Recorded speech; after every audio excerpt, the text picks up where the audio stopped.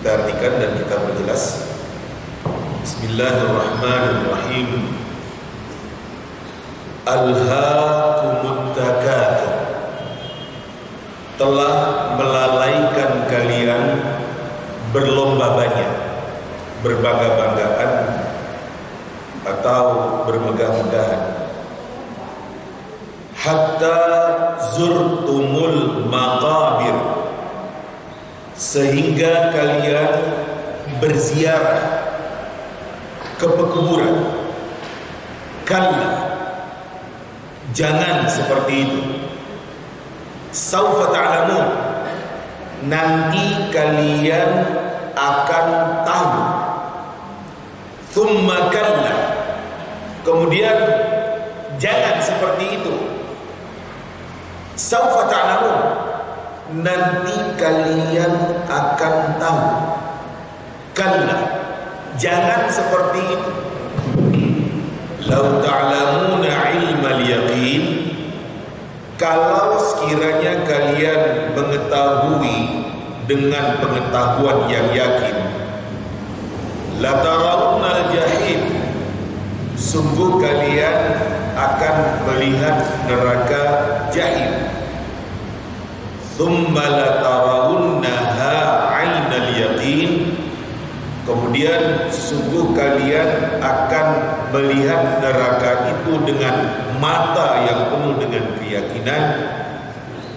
Thumma latus'alunna yawma idzin 'anil na'im, kemudian sungguh kalian akan dipertanyakan tentang berbagai kenikmatan yang kalian terima waktu hidup di dunia.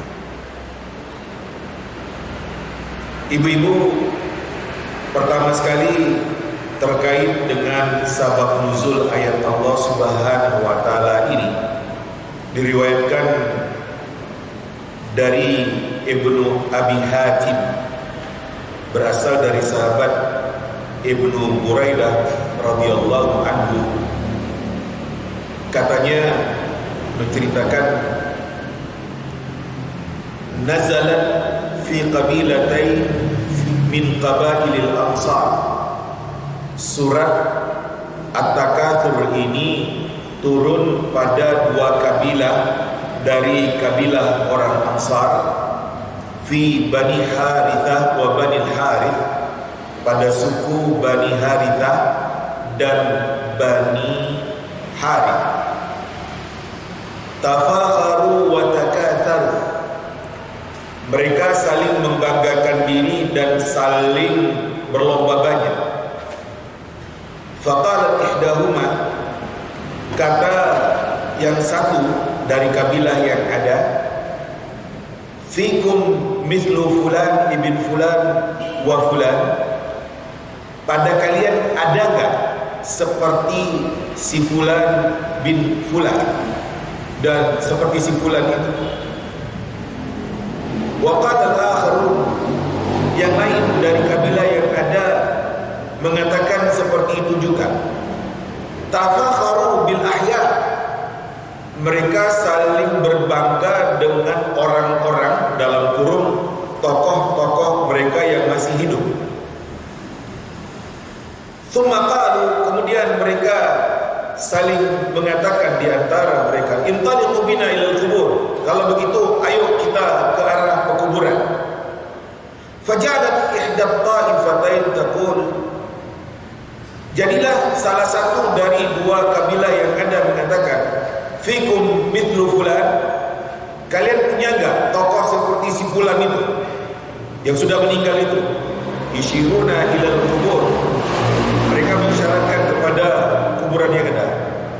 Wa mithlu fulan, ada enggak tokoh kalian seperti itu, tokoh-tokoh kami yang sudah meninggal itu kuburannya? Wa fa'ala al-akharun mithla dhalik, yang lain juga mengatakan seperti demikian. Kalian punya enggak tokoh seperti tokoh kami itu kuburannya, itu kuburannya. Fa anzalallahu ta'ala, Allah Subhanahu wa taala kemudian menurunkan ayat ini, alhaakumut takatsur hatta zurtumul maqabir. Ternyata telah melalaikan kalian berlomba banyak, berbangga-bangga, sehingga kalian berkunjung ke arah kuburan. Laqad kana lakum fima ra'aitum ibratan wa syukur. Sungguh adalah bagi kalian pada apa yang kalian lihat dari kuburan yang ada itu hendaknya menjadi pelajaran dan menjadi kesibukan kalian. Lihatlah itu kuburan. Ibu-ibu, inilah yang disebutkan terkait dengan sebab nuzul ayat Allah di dalam surat At-Takatsur ini. Adanya dua kabilah dari orang Ansar yang saling berbangga dengan apa yang ada pada kabilah mereka, dengan tokoh-tokoh mereka yang ada.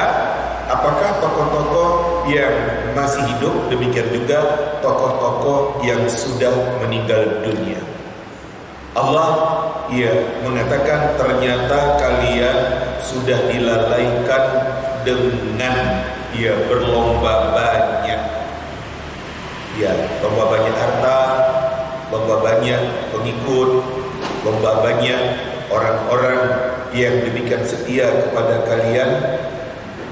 Ibu-ibu, Allah Subhanahu wa taala mengatakan hal ini kepada orang-orang yang ada ketika itu secara khusus, kepada orang suku Bani Harithah dan Bani Harith yang saling membanggakan seperti itu.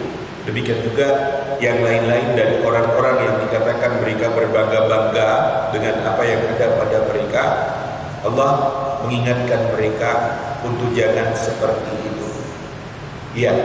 Ternyata kalian sudah disebutkan dengan bangga-bangga dengan dunia, dengan kenikmatan dunia yang kalian miliki, dengan bermacam-macam yang kalian dapatkan, sehingga kalian lalai untuk mendapatkan kebahagiaan akhirat nanti. Kalian terus saja bangga-banggaan seperti itu, sampai kemudian kalian itu baru sadar barangkali ketika kalian melihat kuburan-kuburan yang ada, atau ketika kalian sendiri mati menjadi orang yang dikubur di kuburan itu. Nah, ibu-ibu, bapak-bapak yang saya muliakan, seperti itulah gambaran ayat Allah Subhanahu wa taala ini, yang kesimpulannya Allah Subhanahu wa taala mengingatkan kita semua dengan apa yang dikatakan dilalaikan oleh lomba banyak, bangga-bangga dengan duniawi yang kita perebutkan, yang kita upayakan. Apakah itu namanya harta, anak, pengikut, dan bermacam-macam yang ada di dunia ini, sehingga lalai untuk mempersiapkan hidup setelah dunia yang ada. Ibu dan bapak yang saya muliakan,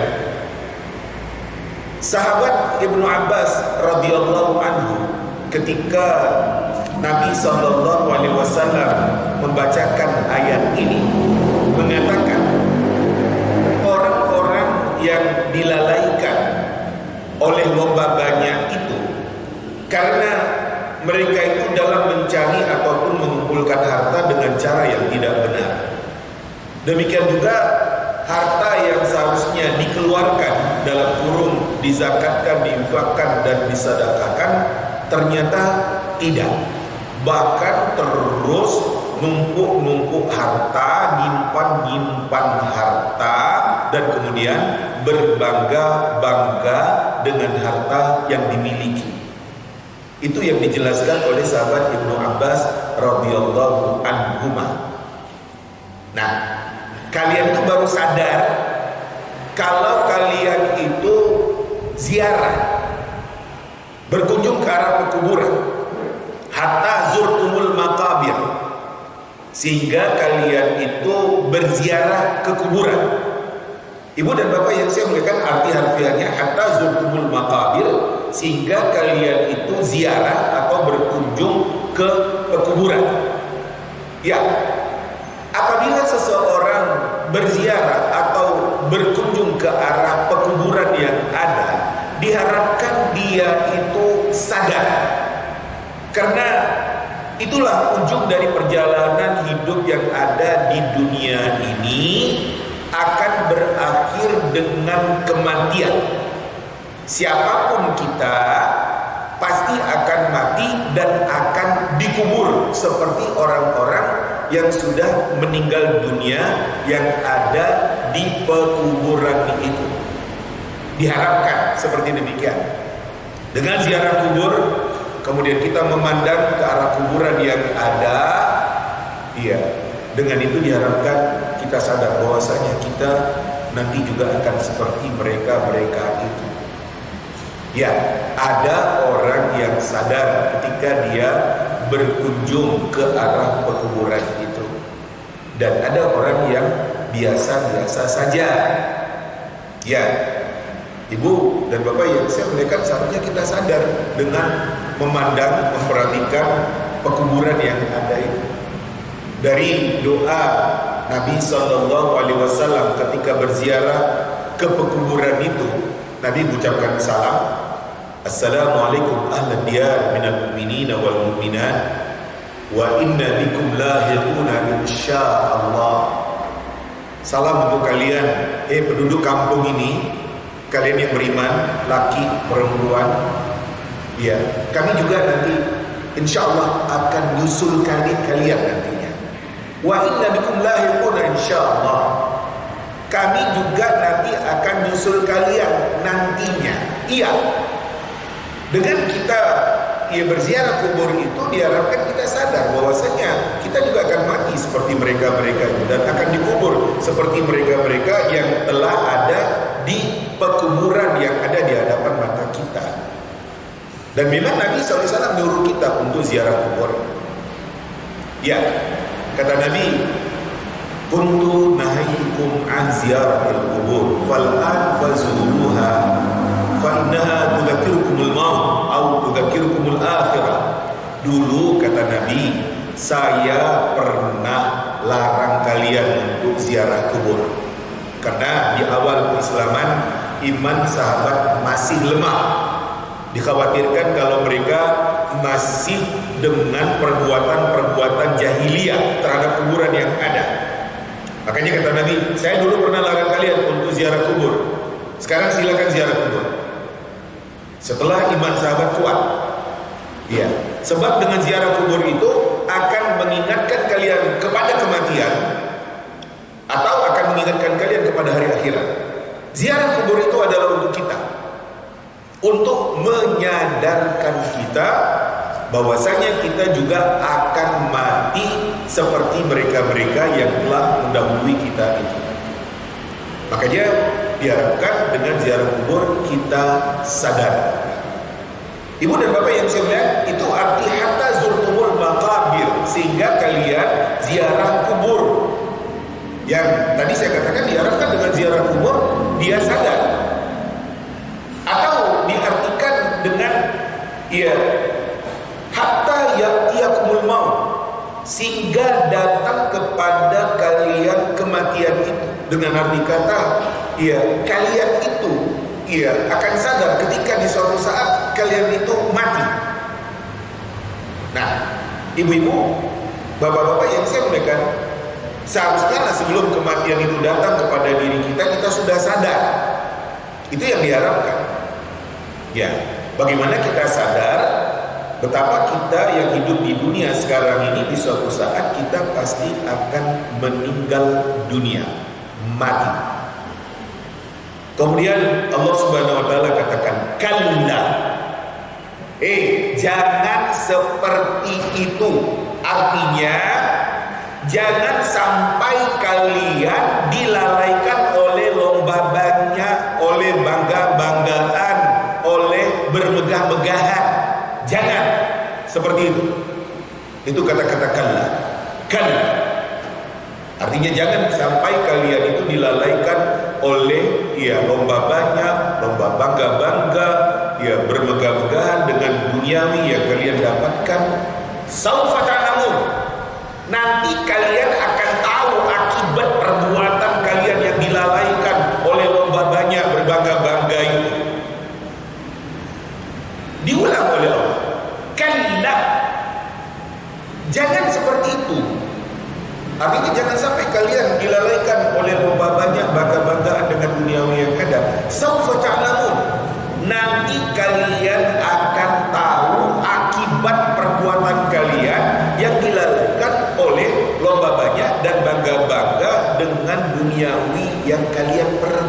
kan. Ibu dan bapak yang saya muliakan, seperti itu Allah Subhanahu wa taala menegaskan sampai 3 kali, berikutnya Allah katakan kalla.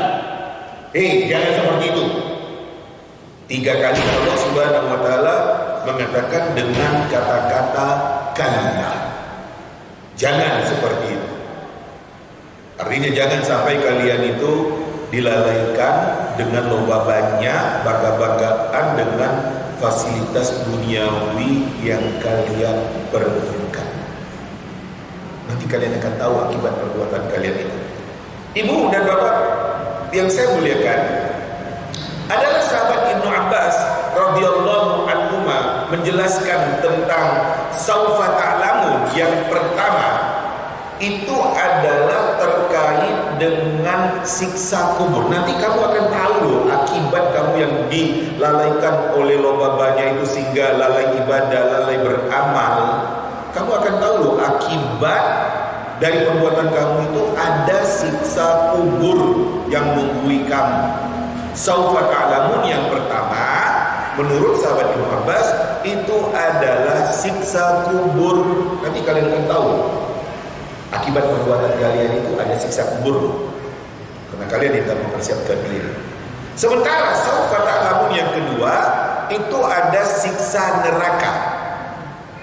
Jangan sampai menyesal nantinya. Makanya supaya tidak menyesal, jangan sampai dilalaikan oleh lomba banyak, bangga-banggaan dengan duniawi yang ada. Ibu dan bapak yang saya muliakan, kalau lomba-lomba banyak, lomba-lomba berbangga-bangga dengan duniawi, ini hanya akan menimbulkan putusnya hubungan, akan berjauhan antara satu dengan yang lain, dan akan berakibat terjadinya permusuhan, kebencian, dan tidak suka kalau lomba-lombaan banyak harta, lomba-lomba banyak pengikut, bangga-bangga dengan duniawi yang ada. Seharusnya jangan seperti itu. Seperti tadi yang kita lihat dari 2 suku yang ada di Madinah, dari suku Ansar yang ada, yang mereka bangga-bangga dengan tokoh-tokoh mereka, dengan pengikut-pengikut yang ada, baik yang masih hidup, demikian juga yang sudah mati. Gak ada gunanya bangga-banggaan seperti itu. Allah mengingatkan kita semua. Kemudian ibu dan bapak yang saya muliakan, di dalam hadis-hadis Nabi Sallallahu Alaihi Wasallam kita melihat gambaran yang diperingatkan oleh Nabi Sallallahu Alaihi Wasallam kepada kita, bagaimana sebenarnya kita dengan duniawi yang ada. Orang-orang yang dikatakan lomba banyak dengan duniawi, ternyata kata Nabi Sallallahu Alaihi Wasallam, semua yang diperlombakan itu ujungnya akan ditinggalkan, gak akan dibawa. Banyak hadis Nabi yang terkait dengan hal ini. Di antaranya ini hadis Nabi Sallallahu Alaihi Wasallam, hadis yang berasal dari sahabat Abdullah bin Sakhir dari bapaknya, yang ia mengatakan, intahaitu ila Rasulillah SAW, saya datang kepada Rasul SAW, wa yaqul, Nabi ketika itu mengatakan, alhaakumut takatsur, kalian ternyata sudah dilalaikan oleh lomba banyak itu, oleh bangga-banggaan itu. Yaqulu ibnu Adam, manusia mengatakan, mali, hartaku, wa hal laka min malika illa ma akalta fa afnaita. Kata Nabi, tidaklah bagi engkau dari hartamu yang ada itu kecuali apa yang sudah kamu makan, kemudian habis, masuk perut. Aw labista fa ablaita, atau yang kamu pakai kemudian hancur. Wa tasaddaqta fa amdaita, dan apa yang kau sedekahkan dan kemudian berlalulah itu. Hadis riwayat Imam Ahmad, juga ada riwayat yang lain, riwayat Muslim, At-Tirmidzi dan An-Nasa'i. Ini kata Nabi SAW, tidaklah yang kalian miliki dari harta yang ada itu kecuali apa yang sudah kamu makan masuk perut, itu yang kamu miliki, atau yang kamu pakai dari pakaian yang ada sampai habis pakaian itu, atau yang sudah kamu sedekahkan, kamu keluarkan, infak, sedekah, zakat, bantuan, sumbangan, itu yang sebenarnya milik kamu, kata Nabi SAW. Sementara yang ada, yang tersimpan, belum tentu milik kamu. Ya, ini kata Nabi SAW. Di dalam hadis yang lain dari sahabat Abu Hurairah radhiyallahu anhu, Nabi mengatakan, yaqulul abd, ada hamba manusia yang mengatakan, mali, hartaku, wa innama lahu min malihi thalath, hanya saja yang menjadi hartanya itu ada 3, kata Nabi. Ma akala fa afna, apa yang sudah dia makan kemudian habis masuk perut, aw labisa fa abla, atau yang dia pakai kemudian hancur, aw tasaddaqa faqtada, atau yang sudah dia sedekahkan, maka itu yang akan dia didapatkannya. Wa ma siwa dzalik fadhalibun wa tarikuhu linnas, yang selain itu akan hilang dan akan ditinggalkannya untuk orang-orang, dalam kurung ahli warisnya. Hadis riwayat Muslim. Nah, inilah dia tentang keberadaan apa yang sebenarnya merupakan harta kita di dalam kehidupan ini. Yang masuk ke perut kita itulah dia, satu yang kita pakai di badan kita barangkali sampai habis, itulah dia. Demikian juga yang sudah kita keluarkan, yang sudah kita zakatkan, infakkan, sedekahkan, bantukankah ya namanya, yang sudah kita keluarkan dari harta itu yang sebenarnya milik kita. Yang masih disimpan belum tentu menjadi harta kita, dalam kurung milik kita. Ibu dan bapak yang saya muliakan, dalam satu kesempatan lain Nabi SAW pernah dialog dengan sahabatnya. Kata Nabi, ayyukum malu warithihi ahabbu ilaihi min mali. Sahabat, siapa di antara kalian yang lebih cinta kepada harta ahli warisnya dibandingkan dengan apa cintanya dia kepada hartanya sendiri? Kata sahabat ketika itu, ya Rasulullah, ma minna ahadun illa anna malahu ahabbu ilaihi min mali warithihi. Ya Rasulullah, rasanya enggak ada. Tentu saja masing-masing kami lebih cinta kepada harta kami sendiri bila dibandingkan dengan cintanya kami kepada harta ahli waris kami. Kemudian Nabi SAW mengatakan, fa inna malahu ma qaddam wa mala warithihi ma akhar. Sesungguhnya harta seseorang itu adalah apa yang sudah dikeluarkannya, ya, infak, sedekah, bantuan, sumbangan, zakat dan lain-lain.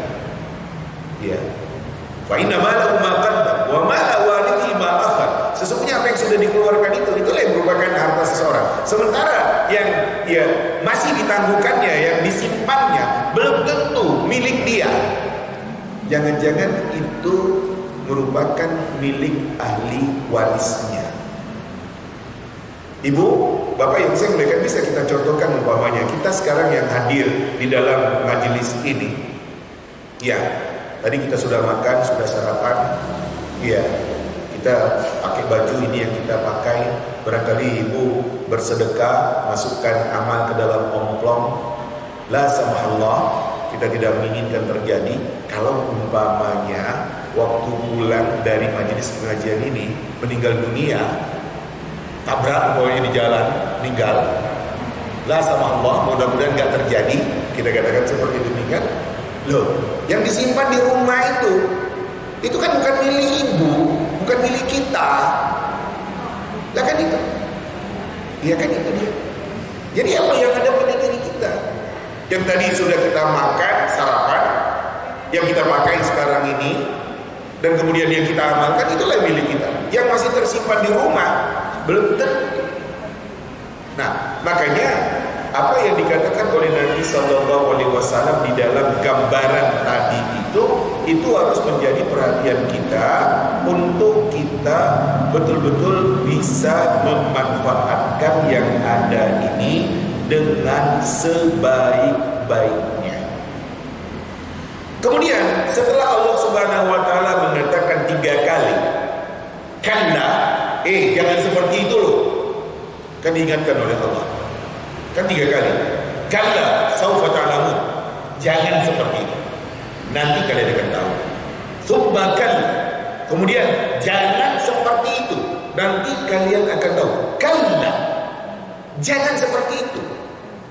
3 kali Allah Subhanahu wa taala mengingatkan kita supaya kita tidak bangga-banggaan dengan bermacam-macam fasilitas duniawi yang kita dapatkan di dalam kehidupan ini. Kemudian kata Allah, "Lau ta'lamuna ilmal yaqin." Kalau sekiranya kalian mengetahui dengan ilmu yang demikian meyakinkan, percaya kalian dengan apa yang dikatakan oleh Allah Subhanahu wa taala, la tarawunnal jahim, sungguh kalian nanti akan melihat neraka jahim. Kalau terbawa hanyut dengan duniawi, bangga-bangga dengan duniawi yang ada, sementara tidak mempersiapkan diri untuk menghadapi hari kiamat. Itu tadi, lomba banyak, lomba bangga-banggaan, sehingga lalai beribadah, lalai beramal. Tetap saja seperti itu. Ya, kalian nanti kalau kalian sekarang tahu bagaimana neraka yang disiapkan oleh Allah Subhanahu wa taala, kalian akan melihat tuh neraka itu nantinya. Tsumma la tarawunnaha 'ainal yaqin. Kemudian kalian pasti akan melihat neraka itu dengan mata yang penuh dengan keyakinan. Ketika berhadap-hadapan dengan neraka yang sudah disiapkan oleh Allah Subhanahu wa taala, baru ketika itu kalian nyesal. Ya, karena waktu di dunia dahulu gak mempersiapkan diri. Ya, karena waktu di dunia dahulu tidak mempersiapkan diri, kalian nyesal. Ya, sekarang kita masih hidup, sudah diperingatkan jangan sampai dilalaikan oleh lomba duniawi, lomba banyak, lomba bangga-banggaan. Ya, diingatkan kepada kita. Kalau terbawa hanyut, ya nanti neraka itu di depan mata kalian. Ya. Dan kalian betul-betul yakin ternyata memang benar apa yang dikatakan oleh Allah Subhanahu wa taala. Bagi orang-orang yang dihanyutkan dengan duniawi, lomba banyak, bangga-banggaan, tidak mempersiapkan diri untuk menghadapi hari kiamat, dia akan menyesal. Dia akan menyesal. Tapi menyesal ketika itu ya terlambat, nggak ada gunanya. Kemudian Allah Subhanahu wa taala katakan, "Tsumma la tus'alunna yawma idzin 'anin na'im." Kemudian kalian nanti pasti akan dipertanyakan oleh Allah Subhanahu wa taala di hari kiamat itu tentang berbagai kenikmatan yang kalian terima. Tsumma la tus'alunna. Kemudian kalian pasti akan dipertanyakan, pasti kata Allah. Karena Allah mengatakan dengan huruf lam, sungguh, dan ada nun taukid di belakangnya itu. Kemudian kalian pasti akan dipertanyakan oleh Allah di hari kiamat itu tentang berbagai kenikmatan yang kalian terima waktu hidup di dunia dahulu. Atau bisa juga kita katakan, kemudian kalian nanti pasti akan dimintakan pertanggungjawaban oleh Allah Subhanahu wa taala tentang berbagai kenikmatan yang kalian terima waktu hidup di dunia dahulu. Ibu dan bapak yang saya muliakan, tentang potongan ayat ini, Kemudian kalian pasti akan dipertanyakan oleh Allah di hari kiamat itu tentang berbagai kenikmatan yang kalian terima waktu di dunia, atau kemudian kalian pasti akan dimintakan pertanggungjawaban oleh Allah Subhanahu wa taala di hari kiamat itu tentang berbagai kenikmatan duniawi yang kalian terima. Ada beberapa penjelasan dari gambaran hadis Nabi sallallahu alaihi wasallam. Ini gambarannya. Dan dalam beberapa versi dari gambaran hadis Nabi sallallahu alaihi wasallam ini diceritakan oleh sahabat Ibnu Abbas radhiyallahu anhuma, annahu sami'a Umar bin Khattab yaqul, dia katanya mendengar Umar bin Khattab mengatakan, menceritakan, kata Umar, kharaja Rasulullah sallallahu alaihi wasallam 'inda zahirah, Rasul sallallahu alaihi wasallam keluar di suatu hari pada waktu siang yang demikian sangat panas. Fawajada Abu Bakrin fil masjid. Nabi mendapatkan sahabat Abu Bakar ada di masjid. Faqal, kata sahabat Abu Bakar kepada Rasul, ma akhrajaka hadis sa'a, ada apa kamu kok keluar pada saat-saat seperti ini, panas seperti ini? Katanya, akhrajani alladhi akhrajaka ya Rasulullah. Saya ini keluar dari rumah, seperti Rasul keluar dari rumah. Seperti itu. Wajah Umar bin Khattab. Kemudian setelah itu Umar bin Khattab datang. Kata Nabi, ma akhrajaka ya Ibn Khattab. Umar, apa yang membuat kamu keluar di siang-siang hari yang demikian panas seperti ini? Kata Umar, akhrajani alladhi akhrajakum. Saya ini keluar dari rumah, seperti kalian yang keluar dari rumah. Faqa'ada Umar duduk, wa aqbala Rasulullah sallallahu alaihi wasallam yuhaddithuhuma. Rasul sallallahu alaihi wasallam menghadap kepada dua sahabatnya ini, Abu Bakar dan Umar, ngomong-ngomong. Kemudian kata Nabi, hal bikuma min quwwah, kalian punya tenaga, punya kekuatankah? Kata Nabi, tantaliqani ila hadzal nakhal fatusibani ta'aman wa syaraban wa zillan. Bagaimana kalian berdua bersama dengan saya tentunya pergi ke arah kebun kurma di sana itu, nanti kita bisa dapat makanan, dapat minuman dan naungan yang rindang di kebun kurma itu. Kemudian sahabat-sahabat itu mengatakan, para jemaah yang saya muliakan, kata Nabi SAW, murru bina ila manzil ibni Tayhan Abil Haytham al-Ansari. Yuk kita lewat di tempat tinggal rumahnya Ibnu Tayhan Abil Haytham al-Ansari. Fataqaddama Rasulullah sallallahu alaihi wasallam baina aidina. Rasul ada di hadapan kami lebih dahulu. Fasallama wasta'zan. Nabi mengucapkan salam dan minta izin untuk masuk ke rumah seorang sahabat yang punya kebun kurma yang dikenal dengan Ibnu Tayhan, namanya Malik bin Tayhan, panggilannya Abul Haytham Al-Ansari, orang Ansar. 3 kali Nabi mengucapkan salam, minta izin untuk masuk. Ibu dan bapak yang saya muliakan, Ummul Haytham min wara'il bab tasma'ul kalam. Ummul Haytham, istri dari Ibnu Tayhan atau Malik bin Tayhan, dia dengar ucapan yang ada. Bagaimana Nabi yang tadi mengucapkan salam minta izin untuk masuk ke arah rumah yang di situ ada kebun kurma mereka. Dia diam tidak menjawab. Turidu an yazidaha Rasulullah sallallahu alaihi wasallam min salam. Dia ingin Nabi nambah salam, mengucapkan salam lagi, padahal tadi sudah 3 kali. Falamma arada an yansarif kharajat Ummul Haytham tas'a khalfahu. Ketika Nabi SAW beranjak mau pulang, karena udah 3 kali ucapkan salam gak dijawab, tiba-tiba Ummu Haytham keluar dari rumahnya ngejar.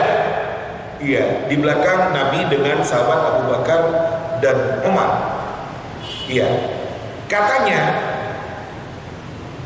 Nuri katanya kepada Nabi sallallahu alaihi wasallam, "Ya Rasulullah, qad wallahi sami'tu tasliman." Ya Rasulullah, tadi itu saya dengar ucapan salam Rasul.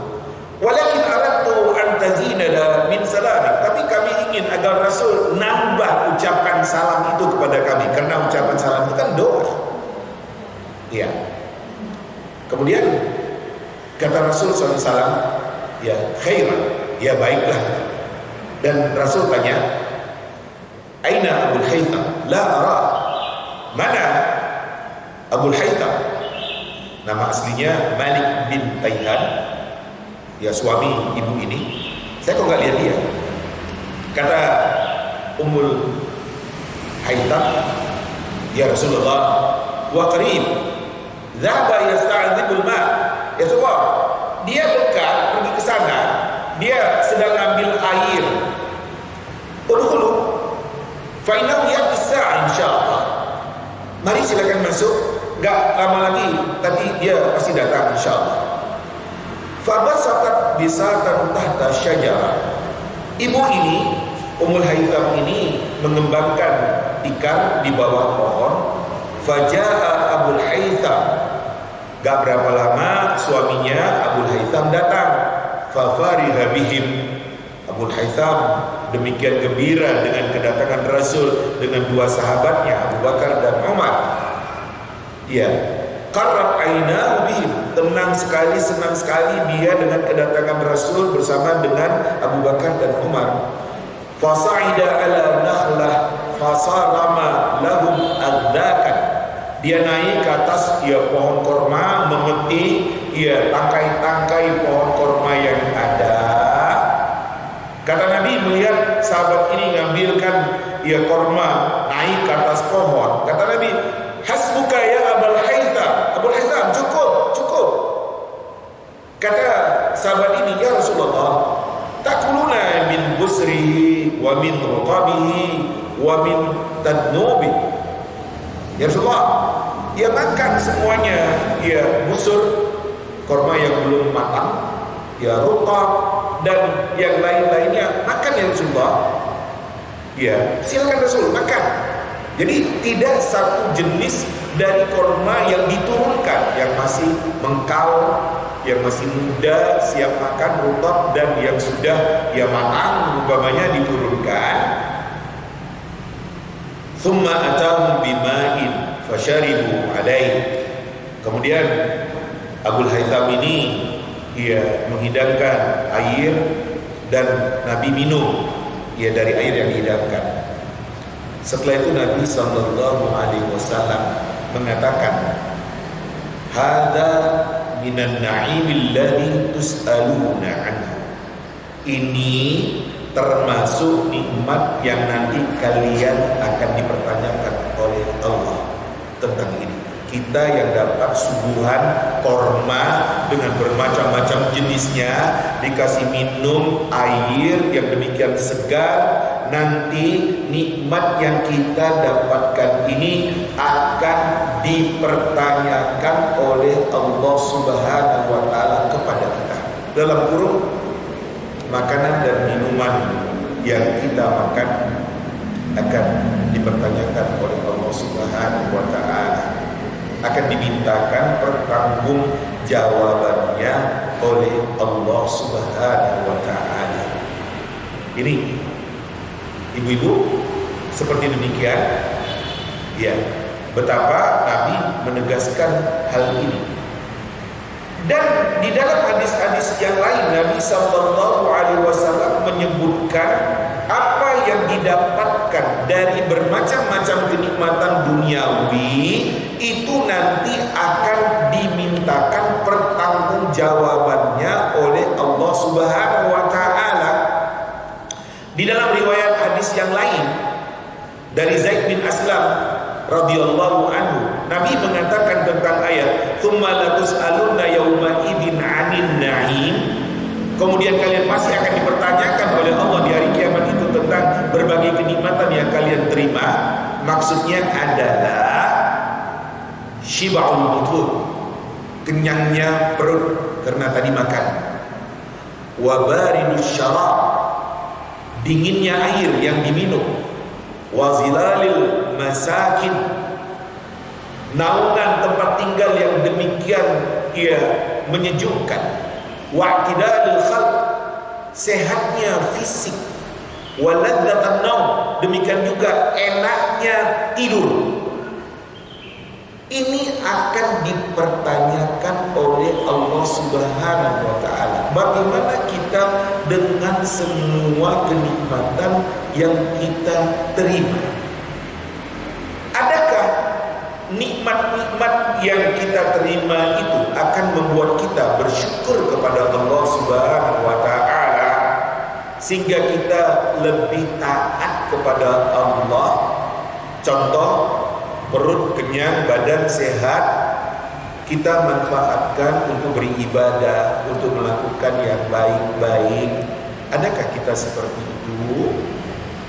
Nah ibu, kalau kita mengurut yang namanya berbaca-macam kenikmatan yang kita terima, ya banyak sekali. Yang jelas Allah mengatakan tsumma latus'alunna yauma idzin 'anil na'im, kalian pasti akan dipertanyakan oleh Allah, akan dimintakan pertanggungjawaban oleh Allah Subhanahu wa ta'ala di hari kiamat nanti tentang berbagai kenikmatan yang kalian terima waktu hidup di dunia. Kan memang banyak yang kita terima dari kenikmatan-kenikmatan duniawi yang ada ini. Ibu dan bapak yang saya muliakan, Allah Subhanahu wa ta'ala di dalam suatu hadis qudsi yang lain menyebutkan, nanti Allah Subhanahu wa ta'ala akan katakan kepada manusia, ya bena Adam, hamaltuka 'alal khair wal ibil. Hei manusia, kubawa kamu naik ke atas kuda dan onta. Artinya kalian jadikan kendaraan onta atau kuda itu. Wa zawwajtukan nisa, ku nikahkan kamu dengan perempuan, kamu punya istri. Wa ja'altuka tarba wa taras, kamu berkembang, kamu hebat.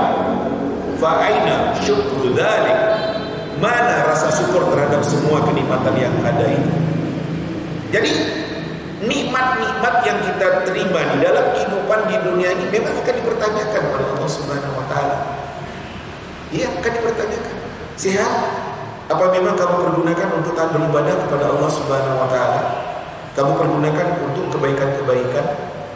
Harta yang ada, rumah yang ada, kendaraan yang ada, dan lain-lain dari bermacam-macam yang kita terima akan dipertanyakan oleh Allah. Saya katakan, pokoknya Allah tanya, apapun yang namanya kenikmatan yang kita terima di dunia sekarang ini akan dimintakan pertanggungjawaban oleh Allah Subhanahu wa ta'ala. Ya, saya contohkan, enak ya kamu punya kendaraan, mobil kamu bagus. Apa mobil itu hanya untuk kerja, cari uang, gak pernah dipakai ke masjid untuk dengar pengajian umpamanya. Ya, kan seperti itu. Rumah kamu enak, besar. Ya, betul-betul nikmat kamu di rumah kamu tuh. Apa di rumah kamu itu? Ya, kamu juga mau menerima pengajian teman-teman yang ada, atau rumah kamu itu hanya untuk tempat tidur? Jadi macam-macam yang kita dapatkan dari kenikmatan duniawi yang ada ini. Dan kesimpulannya, semua kenikmatan duniawi akan dipertanyakan oleh Allah Subhanahu wa ta'ala. Banyak hadis-hadis Nabi SAW yang menjelaskan kepada kita tentang nikmat-nikmat yang kita terima akan dipertanyakan oleh Allah, akan dimintakan pertanggungjawabannya oleh Allah Subhanahu wa ta'ala.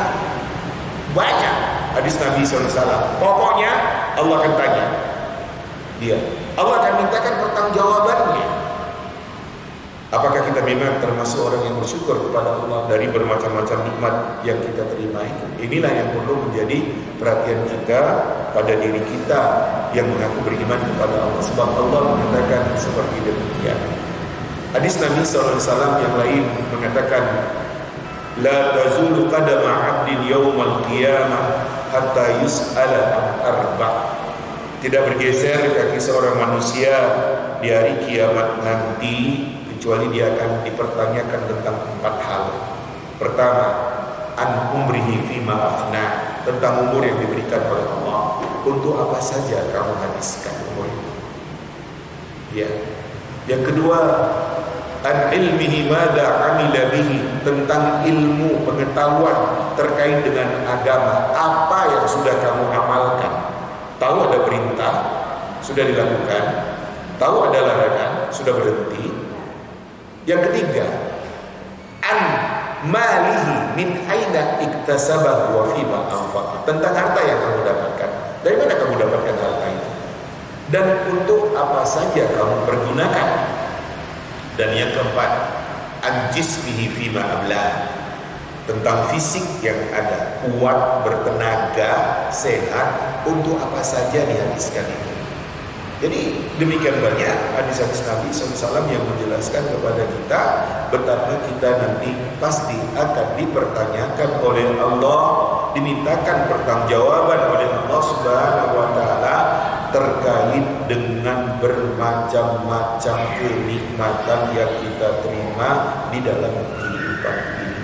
Makanya ibu-ibu, bapak-bapak yang saya muliakan, mari kita menyadarkan diri kita, karena kita sudah diingatkan oleh Allah Subhanahu wa Ta'ala di dalam ayat yang kita baca ini. Kesimpulannya, jangan sampai dilalaikan oleh lomba banyak mendapatkan fasilitas duniawi dengan harta, kekayaan, pengikut, macam-macam, sehingga lalai, lupa beribadah, lalai beramal. Jangan sampai, berbahaya.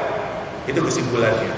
Dan kemudian bagaimana Allah Subhanahu wa Ta'ala sudah mengingatkan, kalau kamu dilalaikan sehingga lalai beribadah, ya, lalai beramal, hanyut dengan dunia karena ingin lebih hebat, lebih kaya, nanti kamu disal kata Allah Subhanahu wa Ta'ala. Dan kemudian Allah sudah tegaskan, kalian pasti akan dipertanyakan oleh Allah di hari kiamat nanti tentang bermacam-macam kenikmatan yang kalian terima waktu hidup. Ini ibu dan bapak yang saya muliakan, beberapa gambaran ayat Allah Subhanahu wa Ta'ala yang kita kaji pada pagi hari ini terkait dengan surat At-Takatsur. Demikian yang bisa saya jelaskan. Berikut barangkali ada yang menjadi pertanyaan seputar ayat Allah Subhanahu wa Ta'ala yang kita baca ini. Dipersilakan. Assalamualaikum warahmatullahi wabarakatuh. Saya mau tanya yang ayat yang kedua, kata judul maqabir, itu artinya kita ziarah makam atau pas kita mati. Terus nomor dua, ini dari sahabat Ansor, dua kafilah atau dua kelompok, yang satu Bani Harisa, yang satunya lagi Bani Harith. Bani Haris. Oh, Haris. Satu lagi Ustaz. Ini tadi kalau kan jangan dari Allah ya, kan ada 3 kali. Yang satu lagi siksa kubur, yang dua siksa neraka, yang ketiga apa? Saya ketawakan apa? Ustaz belum. Ya. Oke.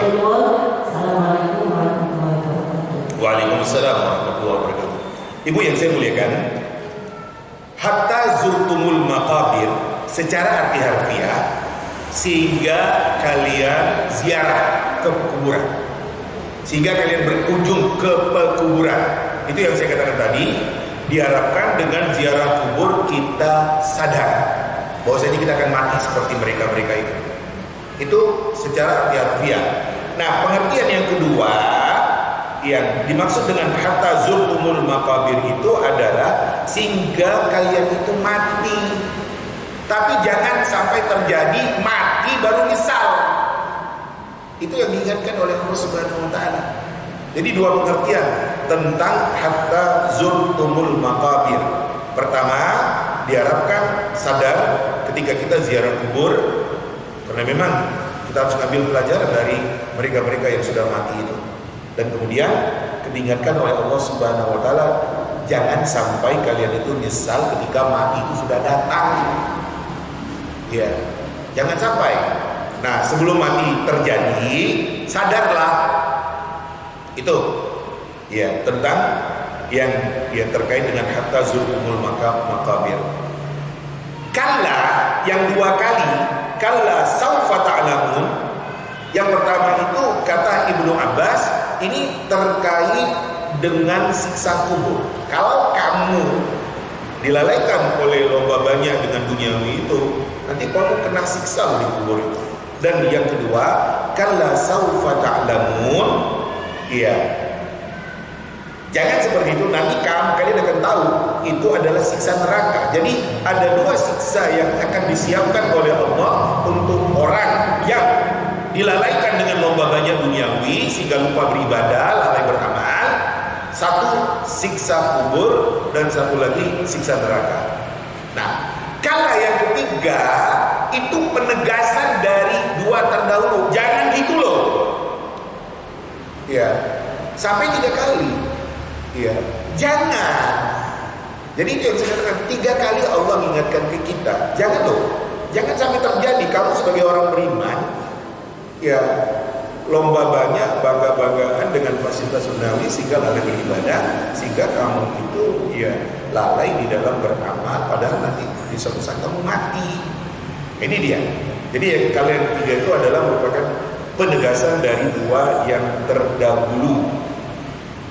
Kemudian ya Ibu yang saya muliakan, tentang keberadaan apa yang dijelaskan oleh sahabat Ibnu Abbas itu, ini memang harus yang menjadi perhatian kita supaya kita betul-betul tidak dilalaikan oleh kehidupan dunia yang ada di hadapan kita sekarang ini. Ini dari beberapa yang sudah saya jelaskan tadi dan saya tegaskan kembali tentang yang menjadi pertanyaan bagi Ibu. Masih adakah yang tersisa dari pertanyaan tadi? Cukup? Monggo. Assalamualaikum warahmatullahi wabarakatuh. Ini yang kami tanyakan tentang ziarah kubur. Mohon penjelasan hukum wanita yang sedang saat ziarah kubur. Kemudian bagaimana? Kemudian fenomena sekarang yang kita lihat itu banyak sekali masyarakat itu melakukan ziarah kali. Itu bagaimana hukumnya? Dan yang ketiga, sering saya dengar kalau ada urusan dengan orang wafat, kita ucapkan innalillahi wa inna ilaihi raji'un, diakhiri dengan ucapan semoga husnul khotimah. Padahal ucapan itu ada di dalam ucapan husnul khotimah itu kita ucapkan saat kita sadar sebelum bukan saat kita dengan orang lain. Dan terakhir, kalau kita tidak berbangga-bangga dengan harta maupun anak, karena kita senang atas prestasi anak itu bangga-bangga kita berceritakan orang itu penilaiannya negatif atau pikiran dia atau semua biasa. Terima kasih. Assalamualaikum warahmatullahi wabarakatuh. Salam. Bu, wanita yang haid tidak dilarang untuk ziarah kubur. Boleh-boleh saja. 3 hal yang pasti tidak boleh bagi wanita yang berhalangan itu: sholat, puasa, tawaf.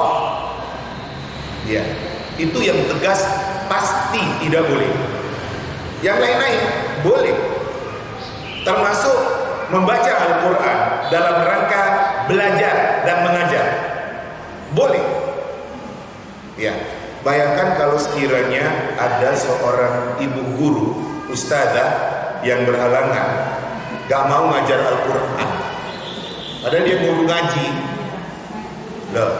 Atau santri perempuan di pesantren yang harus hafal Quran tiap hari, haruskah dia seminggu, lebih dari seminggu gak baca Al-Quran?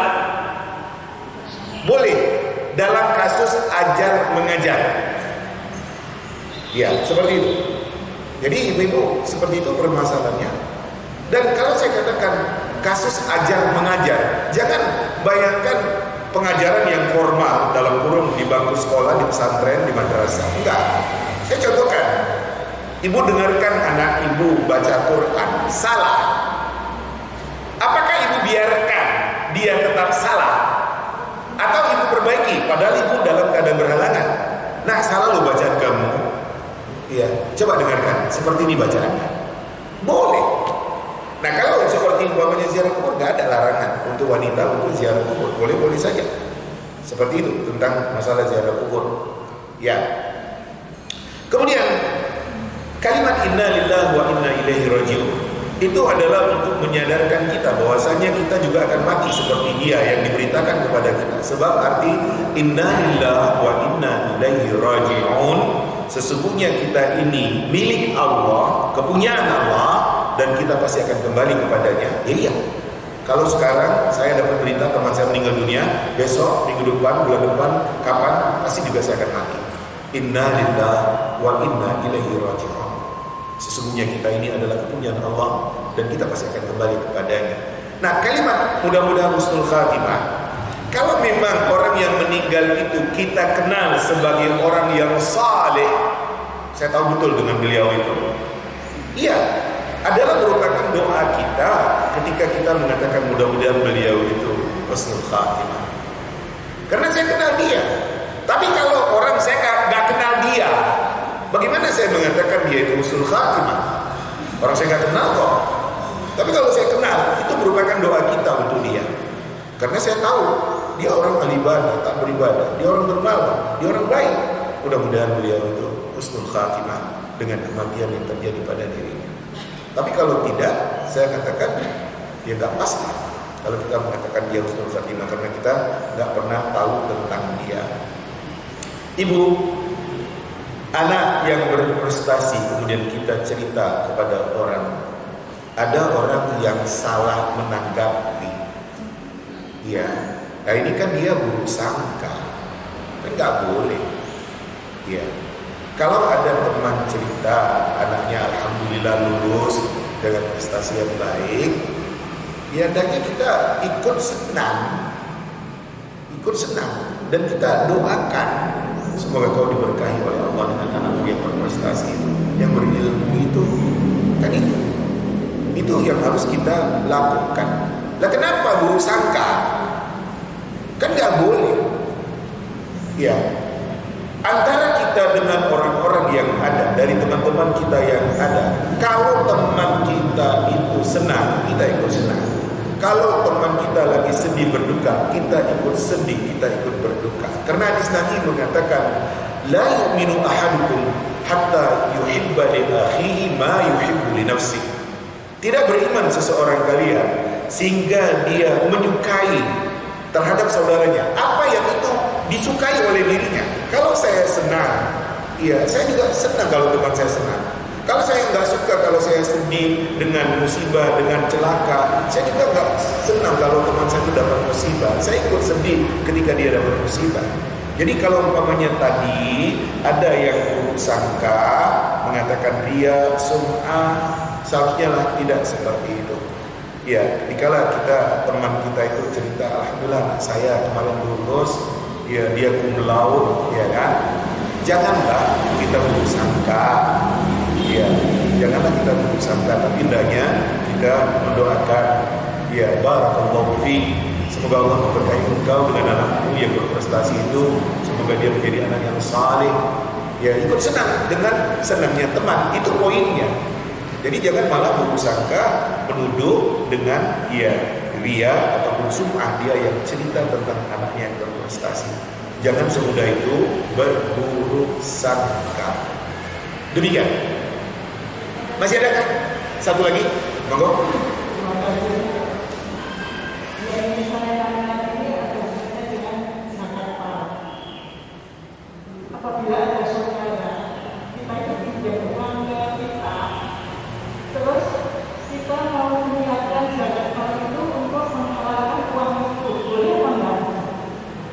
Bu, orang yang menerima zakat itu ada.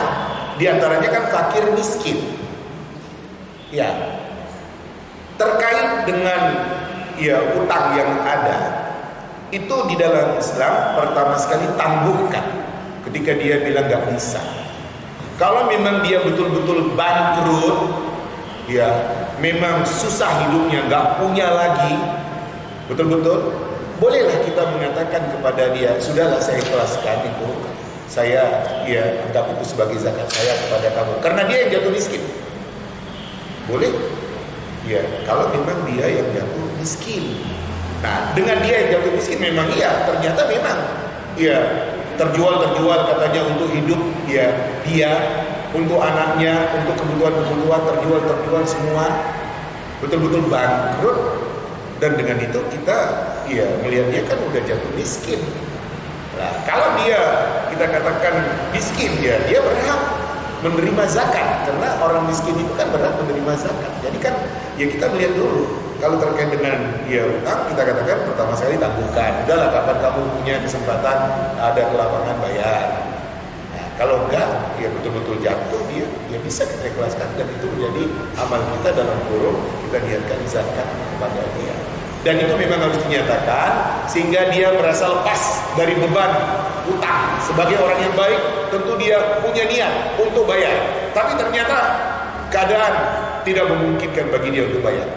Kalau didiamkan saja, tentu kan dia masih merasa aku masih punya utang. Tapi kalau kita sudah katakan, sudahlah, apa yang kamu pinjam dulu kepada saya ikhlaskan, saya anggap itu zakat saya untuk kamu. Mudah-mudahan bisa lebih menenangkan kamu dan gak pikirkan utang itu harus dibayar lagi. Itu adalah jalan terakhir ketika kita melihat memang dia jatuh miskin ataupun bangkrut.